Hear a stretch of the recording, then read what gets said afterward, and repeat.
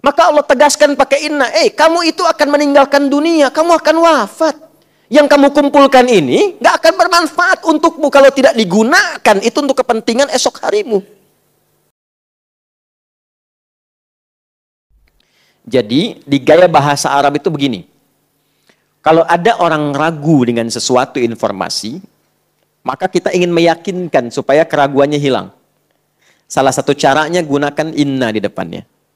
Jelas ya? Ustadz Adi akan datang hari ini. Masa sih? Ya, kayaknya belum yakin deh. Maka dikatakan, inna Ustadz Adi sayati al-yaum. Saya tegaskan ya, nih flyernya sudah ada. Nih update-nya di jalan sedang akan datang. Beliau akan datang hari ini. Maka gunakan inna untuk menguatkan. Jelas? Nah, pengertian terbaliknya artinya, kalau Anda baca Al-Quran, disampaikan satu informasi, menggunakan inna berarti ada golongan manusia yang tidak meyakini sempurna. Jadi ada orang-orang yang memang, menganggap kehidupan dunia itu segalanya.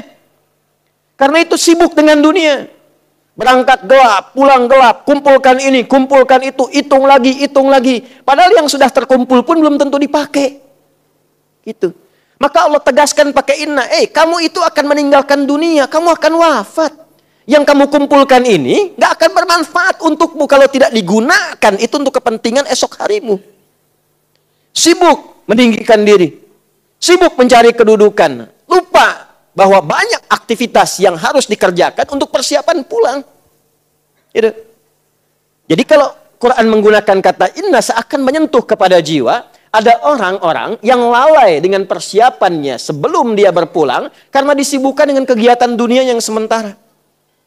Kalau sibuk itu punya value-nya, nilainya saat yang bersamaan untuk pulang, bagus. Silahkan cari harta yang sebanyak-banyaknya. Gunakan untuk apa? Untuk ibadah. Ya, ibadah itu apa saja? Banyak nilainya. Jangan digambarkan zakat saja.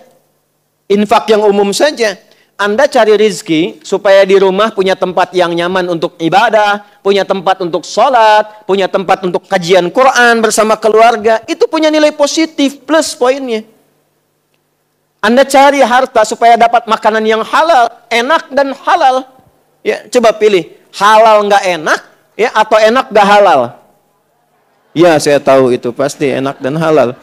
Itu kan? Jadi ya silahkan cari makanan yang enak dengan cara yang halal. Halalan, thayyiban, silahkan. Senikmat-nikmatnya. Mau beli nasi goreng di Jerman, silahkan. Ya nggak dipaksa. Jus alpukat diperhatikan, silahkan saja. Ya, halalan, thayyiban. Tapi niatkan untuk ibadah. Makannya supaya kuat sholat. Itu niatnya. Makannya supaya bisa baca Quran energinya. Itu niatnya. Lalu gunakan untuk zakat. Untuk infak.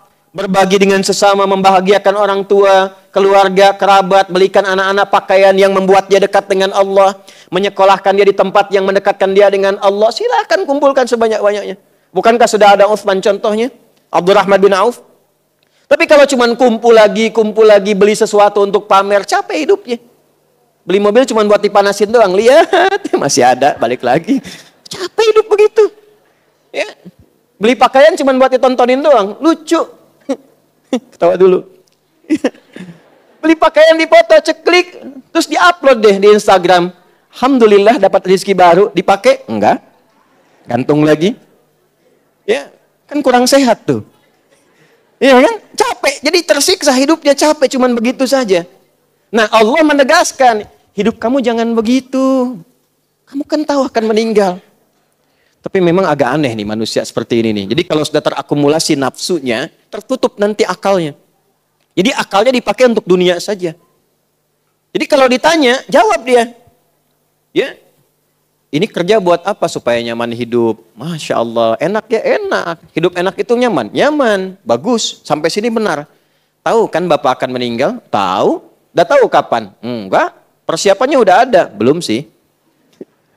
Tahu meninggal, nggak tahu kapan pulang, tapi nggak punya bekal. Aneh. Makanya Allah gunakan di sini inna untuk meyakinkan. Hei, inna. Karena itu harfun nasbin. Nasabnya didahulukan sebelum taukid. Nasab itu di fikihullah gini. Saya sering sampaikan.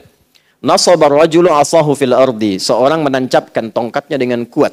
menghunjam ke bawah sehingga nggak goyah. Nggak goyah. Nasab namanya. Maka seakan pesannya begini, hei, tancapkan ini dalam hatimu, jangan goyah. Kuatkan pada jiwamu, yakinkan jangan goyah. Kamu ini akan pulang. Kamu akan meninggal. Kalau perlu tuliskan di dinding rumah itu. Setelah saat kamu pulang, saya di meja kerja itu, saya tuliskan. Ada hidayat, jangan maksiat, karena kamu akan wafat. Sudah merasa punya bekal yang cukup untuk pulang? Tanda tanya. Jadi begitu kita melihat itu termotivasi lagi. Kuatkan lagi, kuatkan lagi, kuatkan lagi. Tancapkan pada jiwamu. Inna yaumal fasli, tancapkan pada jiwamu, yakinkan dengan kuat bahwa hari perpisahan itu, ya, berpisah kita dengan dunia, atau dunia berpisah dengan kita. Karena di sini konteksnya dunia meninggalkan kita. Jadi kalau bukan kita yang meninggalkan dunia, dunia yang meninggalkan kita. Artinya kiamat, selesai kehidupan. Jelas? Baik. Allah. Inna yaumal fasli kana miqata. Masya Allah. Telah tetap waktunya. Maka di sini Allah Subhanahu wa taala menginfokan secara umum langsung sehingga semua bagian tentang perpisahan itu disebutkan, dicakup lewat ayat ini. Ya, bagian perpisahan dicakup lewat ayat ini. Perpisahan dengan dunia itu dua. Imma kita meninggalkan dunia, disebut kiamat kecil, judulnya kematian. Maut ini tadi. Wafat. Ini kiamat kecil.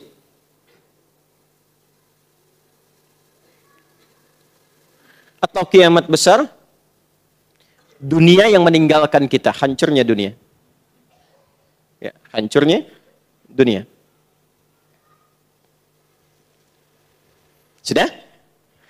Nah, dua-duanya makna ini dicakup lewat ayat ini dan ditegaskan, mengambil, kalau dalam bahasa Indonesia itu ada namanya sinekdok ya. Belajar bahasa Indonesia ya.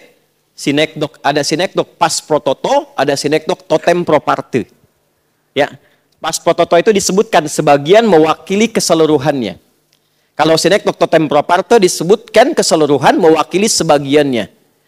Di kejuaraan bulu tangkis itu Indonesia mengalahkan Malaysia. Apakah semua orang Indonesia main bulu tangkis di kejuaraan itu? Kan tidak ya, sebagiannya saja ya.